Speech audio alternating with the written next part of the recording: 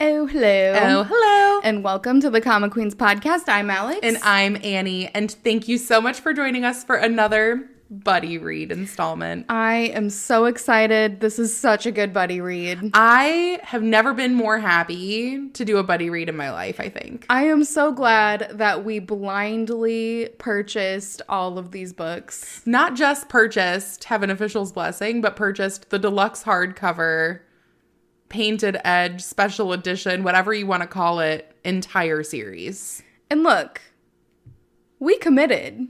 Yeah. Okay, we said we're going to commit to this before knowing if we like it or not. And it worked out. You guys, we've said it before and we'll say it again. Judge a book by its cover. Yeah. It's perfect. Yeah. And if you're reading along with us, you know. Yes. So today we are talking about Volume 2 of Heaven Official's Blessing. And there's a lot to jump into, so we'll go ahead and get started. If you were along with us on Volume 1, then you know that where we left off was with Xie waking up in Pucci Shrine to find that he had a beautiful ring on his necklace. Yes. And now all of the heavenly officials are being called back. Yeah.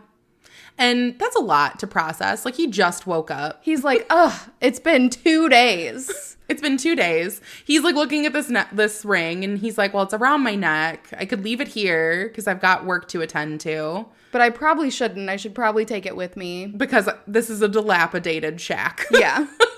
So he does decide to keep it with him and does end up going back up to the heavenly realm, only to find that in normal fashion, no one will look at him or talk to him. Oh my gosh. I feel like the tides are turning though, because throughout this entire book, you see how much the Heavenly Emperor Junwoo loves Shailian. Oh yeah, he is like, here's the thing. How much do you have to love someone for when they were the reason that they got sent back down was for attacking you? Yeah. And they come back and you're like, you are my prized follower. Look, I get it, okay? If he killed me, I'd probably let him come back. I love the energy. But they're calling everyone back because Pei Jr. is going to be on trial. They're trying to look at everything that he did at Banyue Pass and making sure to give him a judgment. And so they want everyone there so that everyone's in agreement. They're able to see justice served. But the tides kind of turn because, again, Xie not very beloved by many of the people in the heavenly realm. So General Pei is like, I think that you're framing him.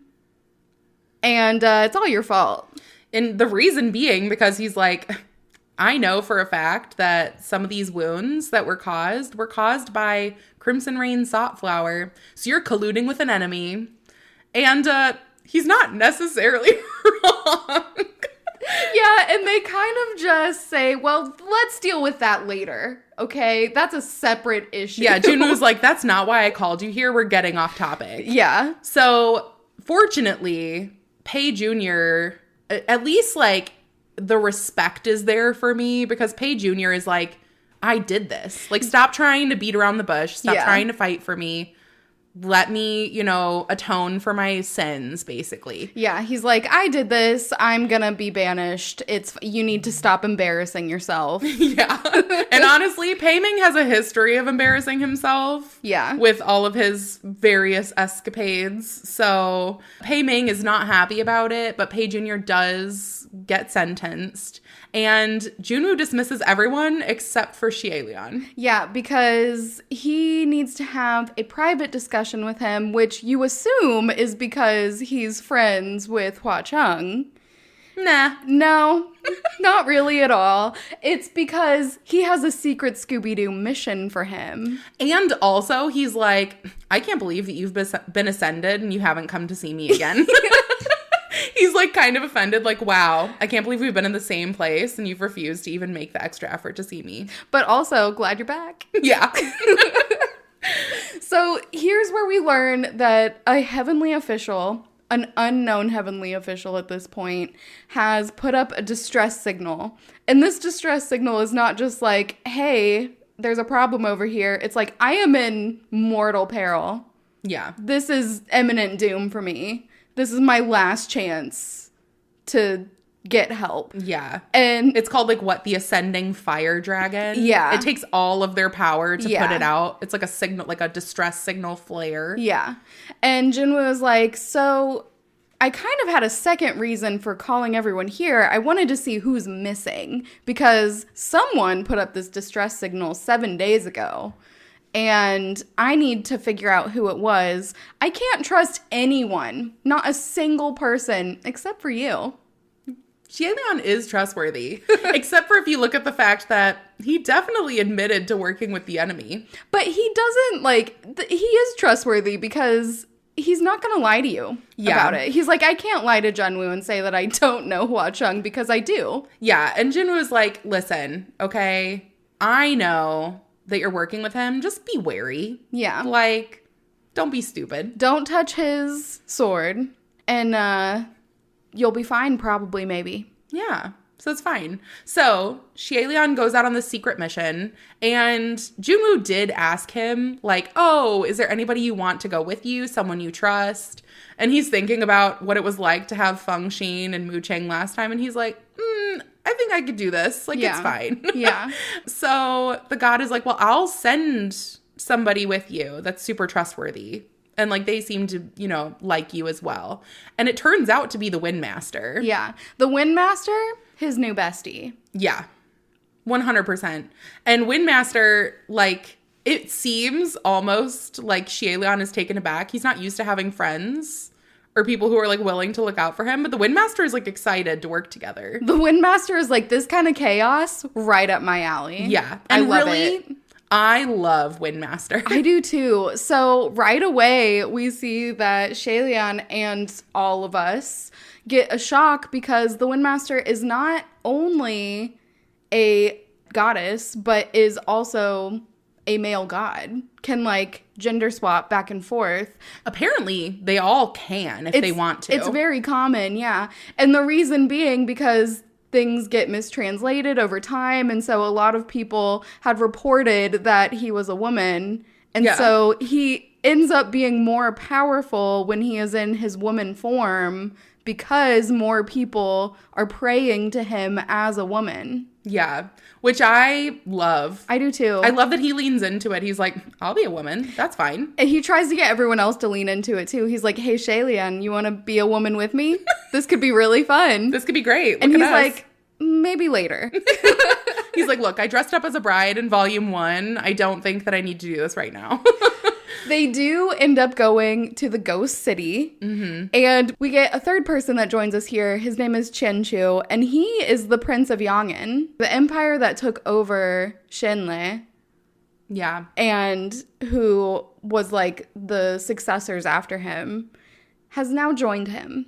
Yeah, and there's some unspoken, uncomfortable feelings, I think, there. Mostly on Xielian's side because Qianchu is a little bit oblivious at this point. He's aloof. He's so silly. Like, you see him in the beginning, and he, like, fell asleep during the trial for Pei Jr. Yeah. So. And, I mean, he's doing his own thing. He's a little bit of a hothead because we see, so they've gone to this ghost city. Right off the bat, they start following some ghosts there, and it's like a group of women ghosts.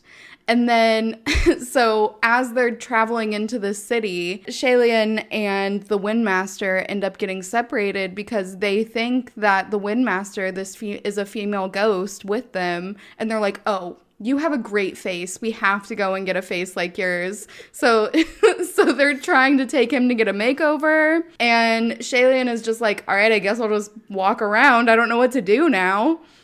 Probably a bad idea. Yeah. Honestly. They have no way to get into contact with each other. Yeah, they can't use the communication array. They are unfamiliar with Ghost City for obvious reasons. Yeah. They don't just go and travel in there. Yeah. And so Xielian is taken aback. He's noting a bunch of really horrific things happening in the background. Not really his MO. Yeah. And he's also having people who are trying to come on to him.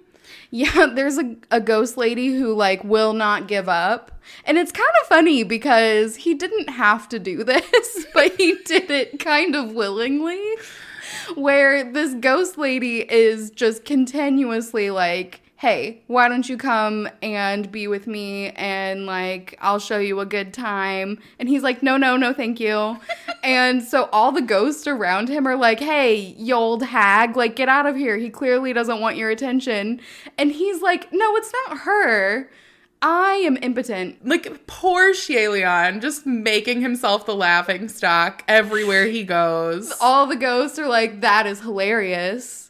And so he kind of moves on from this. He's like, all right, I've done this to myself. I'm just going to keep traveling in this city and try and find my next stop. And he finds a gambler's den. Mm-hmm. So he goes into this gambler's den and he sees a man gambling for good fortune for his business by gambling his daughter. Yeah, he's gambling years off of her life. Yeah. And here's the thing. We're familiar with people doing this. Yeah. This happened in Ghost Nocturne, and it disgusted me then, and it disgusts me now. Jianchu? Not familiar with it? Not happy about it? No. He shows up, and his hothead, he is, like, unable to keep this contained. Yeah. He breaks the gambling table, and he's like, who would dare do this? How dare you accept these kinds of bets? And Qingxuan and Shaelian are reunited at this point, and they're watching all of this happen, and they're like, we can't intervene. It's just going to make it worse. Yeah. So they're just kind of watching from the background. They're like, oh, shit. I hope he doesn't say who he is because that could get us in trouble. And after hearing that they have their, I think it's called the Chengju, in the gambling den that night. He's in the house. He's in the house. Yeah. Yeah. Their leader, he's in the house tonight. He's like, oh, Sanlang. He gets genuinely excited and he can hear him start talking. Yeah. And so now you know that Hua Chung is there. He was accepting this man's bets, and Shaelion's like, there's no way he would actually let him bet his daughter, right? Yeah. But he does. But he does. Because he's like, look, I've been around the block. This is not the first time someone's done this. Yeah. Like, how else are they going to learn their lesson? But since our wonderful Prince of Yongan has decided to speak up, he's then thrown to the ceiling and he goes, all right, everyone can make bets now. You win him as a prize. Yeah, you can cook him, eat him. I'm sure it would be tasty. Yeah. And Shaelion's like, shit. He has horrible luck, so he immediately is like, okay, I'm never going to win. Oh, I'm really good at getting snake eyes. Let's make the bet that whoever gets snake eyes wins. So he jumps in, he takes the dice, and he's like, all right, whoever gets snake eyes wins, and then he throws them and he gets sixes. So he lost. He lost, but the woman who's running the table is like, hey, our leader actually wants to see you by the red curtain because he said that he has something to help you with. Yeah. And so Hua Chung, immediately after hearing Shaelion speak up, recognized his voice and decides we're going to really kind of weirdly, like seductively teach each other how to gamble. He kind of is teasing him the entire time, and everyone else at the table is like, what is happening? Yeah, Hua Chung's like, it's okay. You're not using the proper posture. Let me show you. Let me show you. And they do it like ghost style. Yeah. Like hands on top of each other's, like, you know, just anything to make contact with one another. And this does come up later where Shaelian is like, is there really a technique or were you just teasing me? And Hua Chung is like, I would never tease you. No. Of course there's a technique. Of course. Yeah. The technique is that you have to have good luck and you don't. So. Yeah. So, sorry. But he does end up letting Shaelian win. Yeah. He basically is slowly giving him his good luck. Yeah. He keeps getting a higher roll every time. Everyone's like, how does he get 5 practice rolls? Yeah. But then Hua Chung is like, no. You did lose the first one, so you didn't name your bet? What do you have? Give me what you have. And what he has is a half-eaten bun. And Hua Chung is like, I want that. Yep, give that to me. Literally, When I picture this, like, it's all just these ghosts and demons sitting at this table gambling, and they're watching as their leader, who is just heartless to all of them. They're watching him just flirt shamelessly.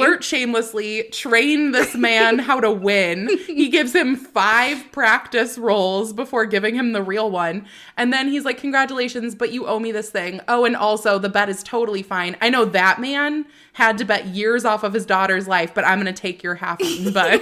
That is more than enough. I'm just imagining everyone being like, am I fucking high right now? Like, what is going on? So Shalian is like, all right, gonna take my prize and I'm gonna get out of here. Goodbye. Yeah. And so they go out, they find the boy from Volume 1 who had human face disease. He is there and he is being tormented by all of these ghosts. And so Shalian steps in and is like, I'm going to protect this boy. And does get him away, but the boy then runs away again. And Shalian has also run away from the other 2 martial gods that he's with. So he's like, all right, I'll see you in a couple days. Like, we'll reconvene, okay? And so then he is the sole focus of all of these ghosts now. And a waning moon officer comes and finds him and is like, hey, Hua Chung told you that he was going to his Paradise Manor. You're supposed to come. You were supposed to go, so let's go. And Xianlon's, oh yeah, that's right, I'm gonna go with you. And so as they get there, Xianlon arrives, there's like all these dancers and stuff serving Hua Chung, and immediately Hua Chung's like, oh, please come sit on my giant chair for 2. Just so conveniently, you can fit here with me. And so they sit down, and Xianlon is like, hey, that boy with the human face disease is here. And I need you to find him and take care of him. So he immediately sends Hua Chung is out. like, right away. Right away. Everything you ask for. Welcome to my mansion. Also, would you like to see my armory? Yeah, he is like flexing hard. He really wants Xianlon to know that he is rolling it in here. Yeah. And honestly, it kind of works. Xianlon, very impressed by the armory. He's so impressed. He wants to see the scimitar Ming. Yeah, he's like, oh my gosh, this scimitar Emming is beautiful. Can I pet it? After Junwoo was like, don't come into unnecessary contact. Don't touch it at all. And he's like, ooh, it looks so cute. It's got an eye. It's kind of like a puppy. So he and Hua Chung are just having this little romantic moment. They do end up finding the boy. And Xianlon decides, he's like, I'm going to have to take care of this boy. Yeah. And like tries to make amends there. However, Hua Chung does have business to attend to and kind of leaves Xianlon to his own devices. And Xianlon has not forgotten what he's there to do. Yeah. And he very much knows, he's like, I think that in some way Hua Chung is definitely involved here. So I'm just going to have to snoop. And he sees the waning moon officer from earlier looking suspicious and kind of walking around. So he starts following him and he sees him roll the dice, get 2 6s, and go into a secret room. Mm-hmm. And he can't see what's in there because it doesn't show anything. It just looks like an empty room to him. Yeah. But the waning moon officer is gone now. Yeah, so he's like, I'm going to need to get my hands on some dice. I'm going to have to come back later. And then he immediately runs into Hua Chung again, who's like, where have you been? Yeah. He's like, oh, I got lost. I was looking for some snacks. You can have whatever you want, my love. And Hua Chung is like, here's a feast. Yes. Exactly. So at bedtime, you do see that, Hua Chung basically takes Xianlon to a room. He's like, here, you can stay. And as he leaves, the Windmaster shows up and is like, oh my gosh, like, I can't believe we got separated again. Stop doing that. Yeah. And they decide that they're going to go and snoop around. Xianlon knows that he's going to have to roll these dice and get a good number. And his luck, not great. So he keeps kind of pushing this to the Windmaster. He does do the first one because he knows that he has borrowed luck from Hua Chung. Mm-hmm. So he's like, all right, I think I could probably get this first one to work. And he does. But he kind of refuses from there. He's like, I'm not fucking this up for us. Yeah. So Windmaster, go ahead and do your stuff. And they don't have very good luck. Windmaster takes him to a giant tunnel with 2 horrible worms and that are like trying to eat them. And they do find another door. Then they, roll the dice again. And they end up with a bunch of bloodthirsty spirits. And they're running away from that. And then finally, Xie-Lian's like, you know what? Maybe my luck stayed. I'll try rolling again. And it works. It works. Yeah. So they get to this very long stairway, which they thought maybe was the first stairway, but it goes on longer. Yeah. And they realize that they've finally made it to where they need to be. And they do end up finding the god who sent off the distress signal, Ming Yi, who is the god of the earth. Yeah, the Earth Master. And he, at first, is like thinking that they're a trick, that they're not really heavenly officials there to save him. So they do convince him to come with them. And the Wind Master gives him a piggyback ride. And they all escape. And they go to another one of these doors, and Xie-Lian does the dice again, and he ends up in Hua Cheng's lap. Which sounds pretty lucky to me. Yeah. Hua Cheng is looking down at him like, again, what are you doing? Well, hello. I love just how chill he is with everything. Like, even when the craziest shit is going on, he's extremely composed. Yeah. And it's like he just expects shit to be crazy all of the time. Yeah. So when it is, it doesn't make him bat an eye. Yeah. So then they have a little battle. They're back in the armory. Yeah. The Windmaster and the Earthmaster are now there. And also, finally, Qianqiu has found them as well. Yeah. And so Qianqiu is fighting Hua Cheng, knowing that he's Crimson Rain Softflower.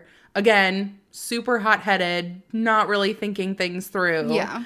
And Hua Cheng's like, okay, I'm going to take out my scimitar Emming and I will absolutely fight you. Yeah.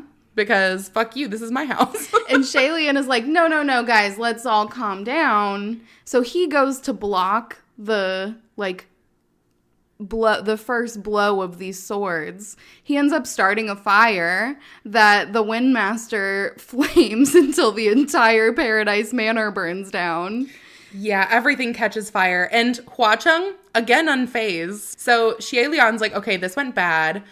Hua Cheng and Qianqiu are about to fight each other. He blocks that completely, and they end up escaping with a gust of wind that the Windmaster produces. Yeah. So they end up getting to the heavenly realm, but now Xie-Lian is injured. His arm is destroyed. They also have the boy with the human face disease with them too. So it's the 4 gods and the boy all come back. The boy can't enter the heavenly realm, so they leave him in a side building. Then they all go in, and they're asking for medical attention for the Earth Master. While Xie-Lian has basically just destroyed his arm. Yeah. In trying to block that battle. And unfortunately for Xie-Lian, the way that he fought has now shown Qianqiu, the Prince of Yong'an, that, actually, in his previous life, Xie-Lian was Qianqiu's state preceptor, and he's also the person responsible for killing Qianqiu's entire family. Yeah. Not going to go over very well. So he's like, I challenge you to a duel. Xie-Lian is like, nope, I did it. It was my fault. I did it. And you can just banish me again. I've been banished twice already. This is fine. Just, I'll head down to the lesser realm. It's cool. I'll see you later. And Qianqiu's like, no, you're not getting off that easy. I want you to fight me. He's like, I don't care the outcome. And it's not that I want you to be banished, but this just needs to happen. And it doesn't matter. And why won't you fight me? And Xie-Lian is like, because you'll lose. You will die if you fight me. And that's not cool. And Junwoo, being, the level-headed master god that he is like, we'll deal with this later. Xie-Lian, you're on house arrest. Go to your house. I'll be there shortly. We'll talk about this later. So he goes to his house, and Mu Qing comes to visit him first. And Mu Qing is like, I'm here to ask what happened, and also no one else is going to come visit you. And then right as he's done saying that, Feng Xin comes in, and he's like, ugh, you ruin everything. The fact that they still hate each other after everything. Yeah. Hilarious. Yeah. I do love it. But I do think that they still, like, they have distanced themselves hard from Shailian, but I feel like they both still feel loyalty to him. Yeah, I think they secretly love him. Yeah. They, I think, have always just not gotten along. But you do see that Shailian is there. The Windmaster is confused and considers them friends now. Yeah. Like, makes it very clear, like, you can tell me, I believe you. Like, stop putting yourself in these positions and admitting to this. Like, there's no way you did this. Yeah, the Windmaster's like, you couldn't have possibly. Feng Xin is also like, I don't think so. Yeah. And he gets another visitor. As he opens the door, there's a flood of butterflies that comes through. And he is immediately, what should we call it? Kidnapped? Kidnapped, maybe. He's not a kid. And he also goes willingly. He's not napped either. For appearances only, he's kidnapped. Yeah, I love, too, that Qingxuan and Feng Xin both say that he's kidnapped in the communication array so that it is known that he did not leave when he was supposed to be on house arrest. Yeah. So Xielian goes because where there are butterflies, there is Hua Cheng. Yeah. And let's be honest, we would all go. And he's like, Hua Cheng, hello, again. Do I just have to roll dice and you're here? What do I have to do to see you? So then Feng Xin and Mu Qing are like, okay, we'll roll the dice. We'll go find him. And they end up in a bathhouse. This is also where we find out that Feng Xin's worst fear is women. Yeah, that is so funny. So him seeing naked women is his actual nightmare. So you can hear them screaming. Like, they are going to a bunch of different places. They start out there. They end up in a swamp with some alligators. And so they're just, like, running around. And you can hear them in the communication array just freaking out. And Hua Cheng and Xielian just strolling around. They're just kind of hanging out. And then Hua Cheng uses Xielian in the communication channel to say, like, hey, you sent a spy, so I took Shailian. The fact that he just, like, touches his forehead and is able to use the communication array, I was like, this is, like, just peak. I love it. And then we have Qianchu, who also uses the dice, and he makes it to Shailian and Hua Cheng. Yeah. And Hua Cheng is like, okay, there are things that you need to see and learn about, but I know that you're not going to come willingly, so I'm going to turn you into a doll. Yes, he did. And Xielian is like, why is he supposed to be coming with us? He's not cued in on this plan. Yeah. So he's just following blindly. He does. Hua Cheng is like, all right, come on. He's like, okay, all right. Go. They end up getting to these caves, and they find these ghosts that are like floating lanterns. Yeah. But it's almost like they're on like they have like costumes. It's basically like a gimmick. Yeah. Yeah. And Hua Cheng has put on an array to make them look like they blend in. Mm-hmm. And so you're starting to piece together that Hua Cheng is taking them to go and find the green ghost Qirong. Yeah. So they go into his lair. They first pose as the ghost, then they switch and pose as human victims that are going to be eaten by Qirong. Mm-hmm. And they go in, they hear Qirong just like talking mad shit about the heavenly officials. Everyone. Yeah. No one is off limits. Every single person is just getting bitched about. And he's extremely vulgar, which I found hilarious. He's using as a footrest a sculpture of Shailian kneeling in like a begging posture. Yeah, which apparently they end up saying was very commonplace after the fall of Xianla, because people were mad at Xielian, and so they would make statues of him groveling. Yeah. As like a way to make fun of him. Yeah. So it's going over well, except for the fact that Hua Cheng, who is currently disguised as a human man, is getting very mad at the disrespect to Xie Lian's statue. Yes, he is. And Xie Lian's trying to calm him down. He's like, it's okay. He's like petting him. Yeah, like holding his hand. He's like, don't do this. But it doesn't last very long. Hua Cheng ends up just kind of hitting a boiling point. And when they're like, okay, I'm going to take, like, which human am I going to eat first? Yeah. With this boiling cauldron in the background, Hua Cheng just starts walking up. And Xie Lian's like, shit, this is not how this is supposed to go. And Hua Cheng just starts beating the shit out of Qi Rong. Yeah. And he's asking who killed Anle. And Anle is the last prince of Xianle. Yeah. And you start to see that there definitely were motives for why Qianqiu and Xie Lian were supposed to be here all together. Yeah. Because Qi Rong knows something. This is the mask pulling off. Yeah.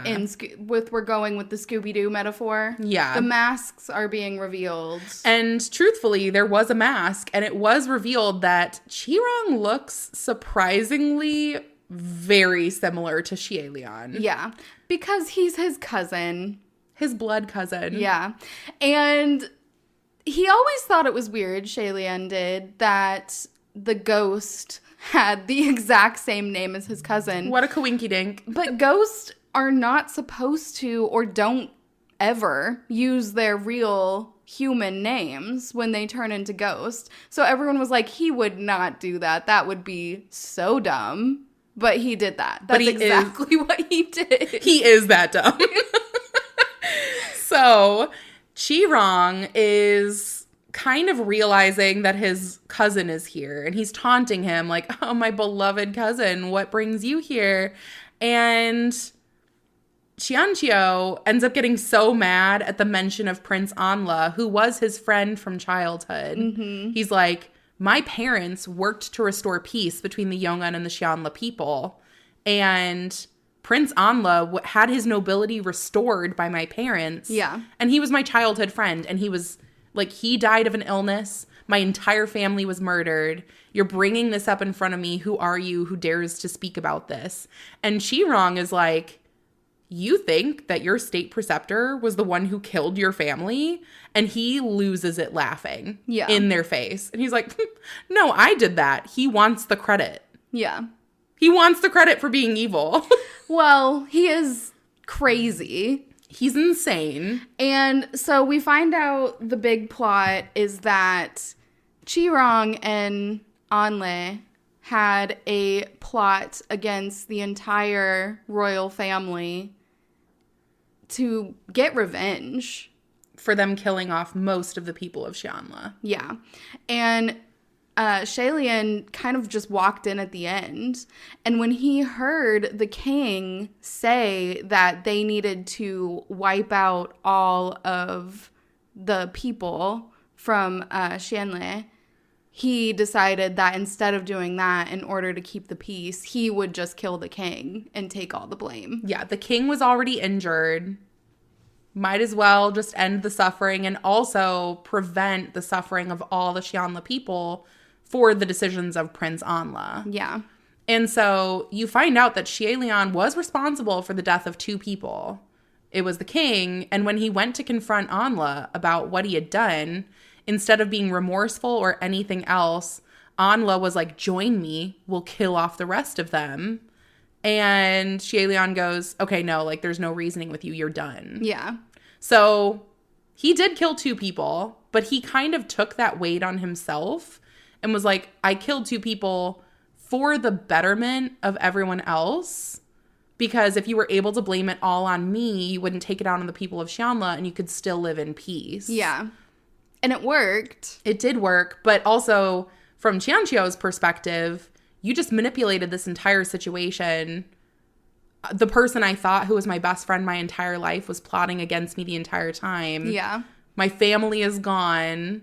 I blamed you for killing off my entire family. And you did kill my father. But you also killed the person who killed the rest of my family. And he's going through it. Yeah. And he decides that he is going to go look for the ashes of the green ghost Qi Rong for revenge himself. And he gets in the communication array and is like, all right, I'm no longer pursuing this as a grand matter. I will handle this with Shaelian on my own. You can all go about your business again. Yeah. And he leaves. Yeah. And Shaelian, as Hua Cheng has repeatedly just beat him up, and he eventually gets thrown into the cauldron. Chi-Rong does. Yeah. You know, Hua Cheng is now trying to comfort Shaelian because Shaelian was trying to shield Qianqiu from the truth, going, he knows enough about it that, like, why can't he just blame it on me? Yeah. And Hua Cheng is, like, comforting him, saying, you did the right thing. Like, what is the lives of these 3 people compared to the entire kingdom? Who was able to live in peace because of what you kept concealed. Did this. And Shaelian is like, how do you know so much? Like, you seem to know everything. Have we met before? Do I know you? And Hua Cheng doesn't answer him. Pleads the fifth. Yeah. And he's kind of just like, I know you. And I know your character. And that's how I knew you wouldn't do this. I know you're a good person. Yeah. You wouldn't do that. So Shaelian goes back. And he doesn't know what to do now. He can't go back into his temple because it's like under quarantine because Hua Cheng has connected it to something else. Well, yeah, how else is he supposed to go and visit Hua Cheng whenever he wants? Yeah. But yeah, Shaelian basically runs away from his problems. He's having a tough time. Yeah. And he goes and he tries to talk. He's talking to his parents' coffins, and he starts hearing a crying sound. So he opens his mother's coffin, and there's a boy in it. Like, a live person. And it's the boy that he saw in Chi-Rong's cave. Yeah. So Chi-Rong possessed this little boy's dad and used him as a distraction to try and stab Shaelian in the back. Not to kill him, just for fun. He knows he's not going to die. He's a heavenly official. Yeah. But, yeah, that's just the kind of crazy shit he wants to do. And it's very funny to Shaelian because at some point, Chi-Rong used to worship the ground Shaelian walked on. Yeah.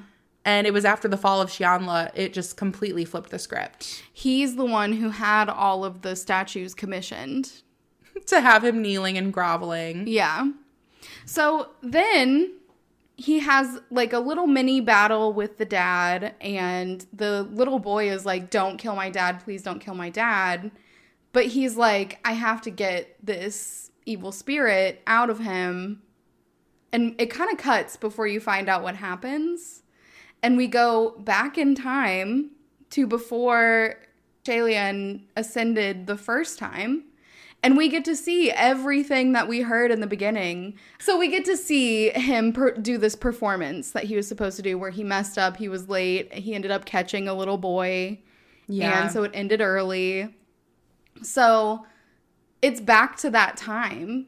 The little boy, definitely Hua Cheng. Oh, 100%. Yeah. The poor little boy. And the way that they describe him, it's so pitiful. Yeah. It literally, like, brought me to tears thinking about it. Like, he was just frail. He's like, he looks like he's 7 or 8. He's just covered in blood and dirt and grime. Yeah. And it made me feel so sad for him. But remembering that Junwoo talks about how only someone who has lived through such extreme pain and torment could become one of the great calamities. And so it all lines up. Yeah. It is Hua Cheng. Yeah. So he saved this little boy. He ends up holding on to the little boy for the rest of the performance. He won't, like, the little boy won't let him go. He's, like, hanging on to Shaelian so hard. Dear life. Yeah. And so then the performance ends and the state preceptor is livid. He's like, this is bad news. Yeah. This is going to bring misfortune. You were supposed to do like 18 rounds of this parade and you did 3 of them and cut it short. Yeah. And you left the stage to go and save this boy. Yeah. But this is supposed to be a tribute to the gods. You're going to make them mad. Yeah. And then you find out that Mu Cheng, who was playing the demon in their parade play, was supposed to tell the state preceptor that Xie had this great idea to jump down onto the stage as if he had really descended upon the people to save them from this demon. His story is like just believable enough. Yeah. But I don't know. And they do kind of play Mu Cheng as this not reliable character. Yeah. So you see like Fang Xin is there as Xie Lian's bodyguard. You have Mu Cheng, who is really like his best friend and is training along with him. Yeah, he's a disciple of his. Yeah, and people look down on Mu Cheng because of his past. Yeah. He's from an extremely poor family. And really just everyone at every turn kind of throws things in his face. So when he says like, I tried to talk to you, but you were playing cards. And everyone's like, well, everyone knows the state preceptors don't pay attention when they're playing cards. Mm-hmm. And they're like, yeah, but if he tried to talk to you during you playing cards, it's hard to say. Yeah. It's like just believable enough that maybe he didn't do it maliciously, but maybe he did. Yeah. And so after this performance too, the 3 of them go back to Shalian's room. Mm-hmm. And they're getting out of their costumes, and Xie is like, oh no, I lost one of my earrings.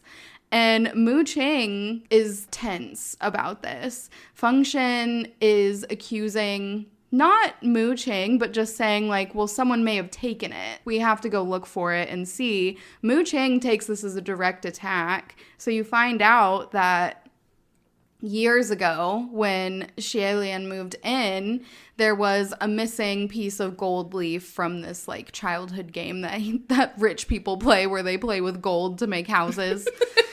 and so they had everyone looking for this one piece of gold leaf, and then all of a sudden he said, never mind, I forgot that I lost it at home, it's fine. So everyone moves on from that. And then Feng Xin is finding out now that Mu Cheng had it. He took it. It had fallen on the ground. Yeah. But then was too scared to come forward when people were looking for it because he was like, I'm going to get in huge trouble. Yeah. I just thought that this would help my mom. Yeah. So Feng Xin is like, wow, he's an established theft and a liar. Yeah. And this is not the intended effect at all. Like, yeah. You need to leave him alone. You need to apologize. Yeah. And so they go and find him, and he's being taunted and bullied by more of the trainees while he's picking fruit for his mom. Mm-hmm. And Xie is like, if ever anyone is giving you trouble about picking fruit, just say you're doing it because I told you to. Yeah, say you're doing it for me. What are they going to do? Yeah. Nothing. So then Feng Xin does apologize, and they all agree that they're going to go down to the palace. So they go down to the palace the next day, and we run into Qirong. Qirong ends up seeking them out. Yeah. Because Xie Lian's mother gifted Qirong a golden carriage. And he's like, you're going to the palace? I came to take you there. And he drives like a fucking madman. They're like, I wish I had never gotten into this carriage. Yeah, what if I don't ever make it out of this carriage? It's so bad that Xie is like, I'm telling my mom to take this carriage away from you. And he's like, no, I just got it for my birthday. Yeah. So they go in, he does a visit with his mom, and they go and visit Mu Cheng's mom as well. And as they're getting ready to leave to go back to the mountain, they see this carriage coming through again, driving like a madman, and there's a person in a bag being dragged behind it. So Xie Lian doesn't stand for that, cuts the bag loose, and opens the bag up to find this trembling boy just covered in blood and everything else, who's been beaten mercilessly. Yeah. And it takes him a moment to recognize but it's the exact same boy from his performance the day before.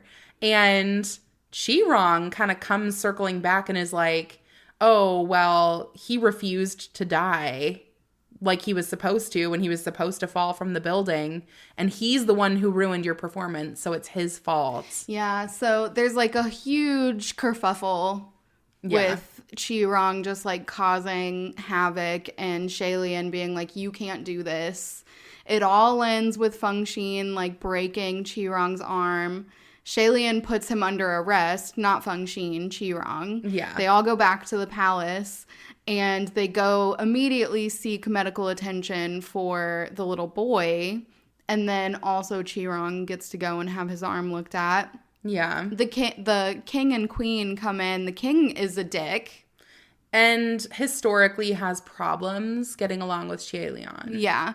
And so he's wants to punish Feng Xin for breaking Chi-Rong's arm. Shailian is like, no, he was protecting me. If you want to punish anyone, punish me.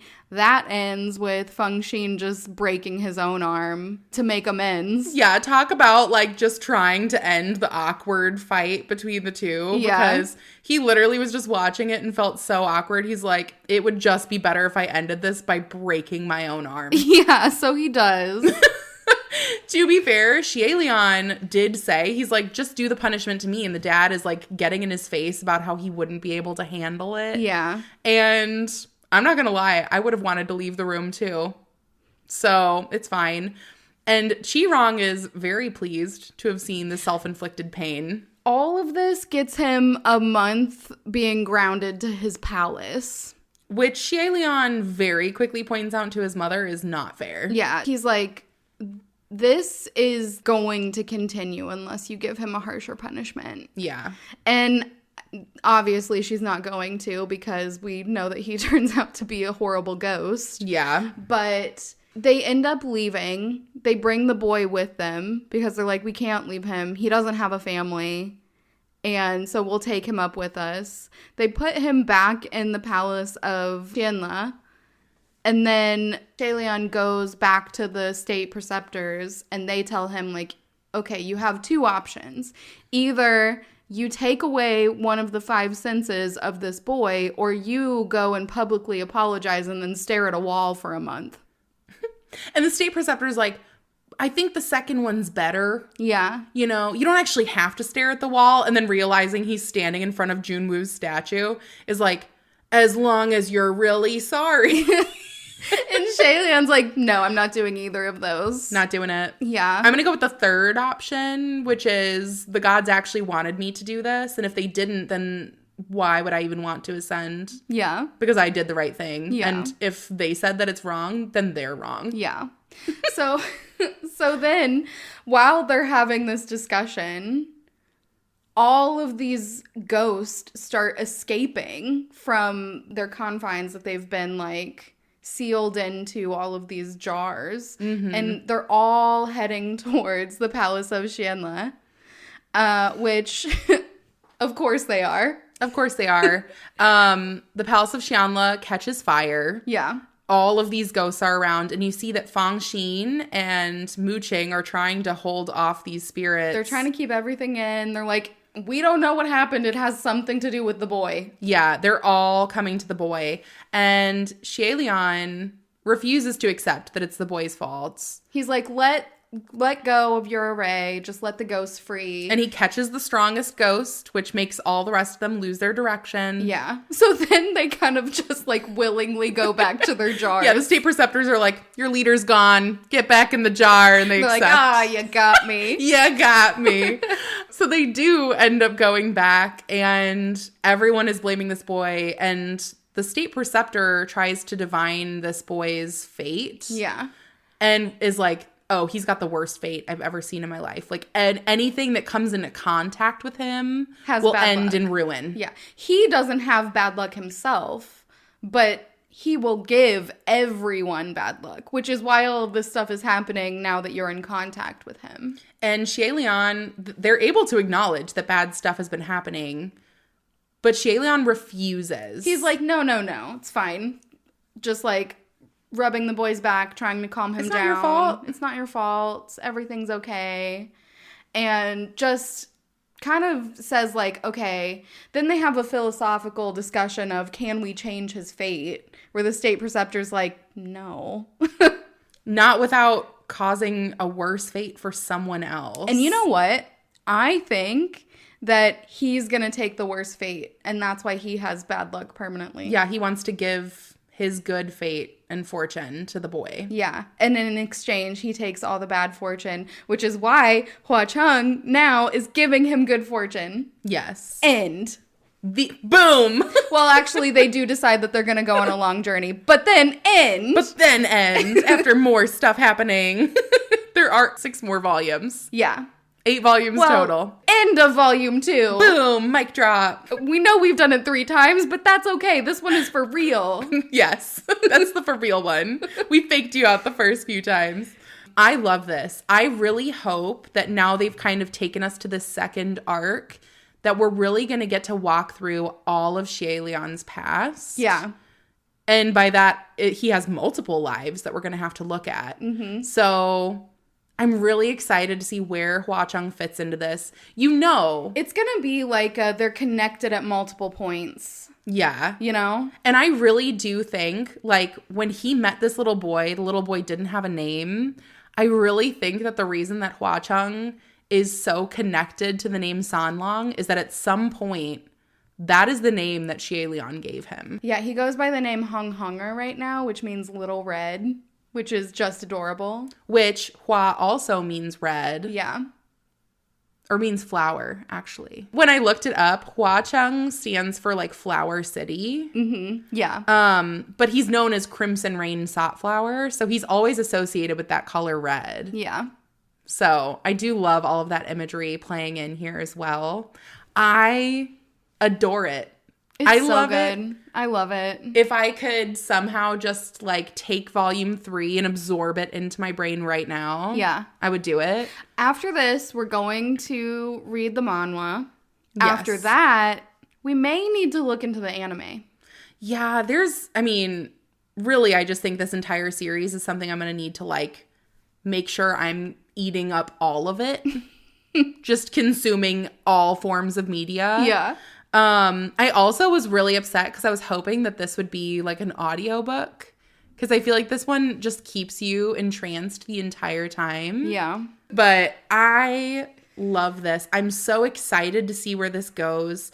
We know that in volume 3 now, Xie Lian is either going to be on his journey or coming back from his journey. Yeah. And so I think we're just really going to get to see even more sides. I feel like now we're going to start going back and forth. Like, we're going to be in the past, we're going to go back to the present, and then we'll go maybe to a different point in his timeline and see all of the different times that he is connected to Hua Cheng. I know. Yeah. And honestly, they did a really good job at making me hate Chi-Rong.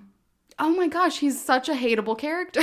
Yeah, really good job. I mean, just chef's kiss, peak villain. Yeah. Not like the kind of villain that you want to, like, end up with. They do make him a good-looking villain, though. Well, yeah, he looks exactly like Xie Lian. So, of course he is. I'm sure that had to be somewhat painful for Hua Cheng to beat up Chi-Rong after seeing his face look exactly like Xie Lian. But they do make a point in saying that it's not, like, exactly the same. He had, like, harsher eyebrows or something. They say, like, from the mouth down it looked like him, but, like, eyes up it didn't. Yeah. He did have a nice little mask on. I love a good mask. I love that Hua Cheng is just, like, so, like, he's so calm until it comes to Xie Lian, and then he's like, you want to disrespect his name, not in my presence. He just lays it all out there. Yeah. You know that saying of, like, heart on your sleeve, everything else? He is so obvious. It is somewhat painful because Xie Lian is oblivious. I love Xie Lian so much. We as the reader know how hard Hua Cheng is working to flirt with him. And Xie Lian, like, kind of leans into it sometimes, but other times it's just like, ooh, can I pet your sword? Like, no one says that. And I love you for it, but Hua Chung is trying to spend time with you, and yeah, he'll let you pet something at his waist. No, not in this one. No. This one is PG-13. Yeah. I will say, the horror in this and the descriptions, very terrifying. Yeah. And I know you mentioned it'll be very interesting to see what the adaptation shows of this. Yeah, I am excited to see what the ghost city looks like. In the manhwa. Yeah. It's gonna be good. This series is just incredible. I feel like I am hooked everywhere. Yeah. The first volume is so good at building that foundation, and I can sometimes have a hard time getting attached to different fantasy kind of style novels, but the mysteries that they have going on in the background and how everything is tying together, it's so good. I don't always love a slow burn, but this is a good slow burn. Yeah.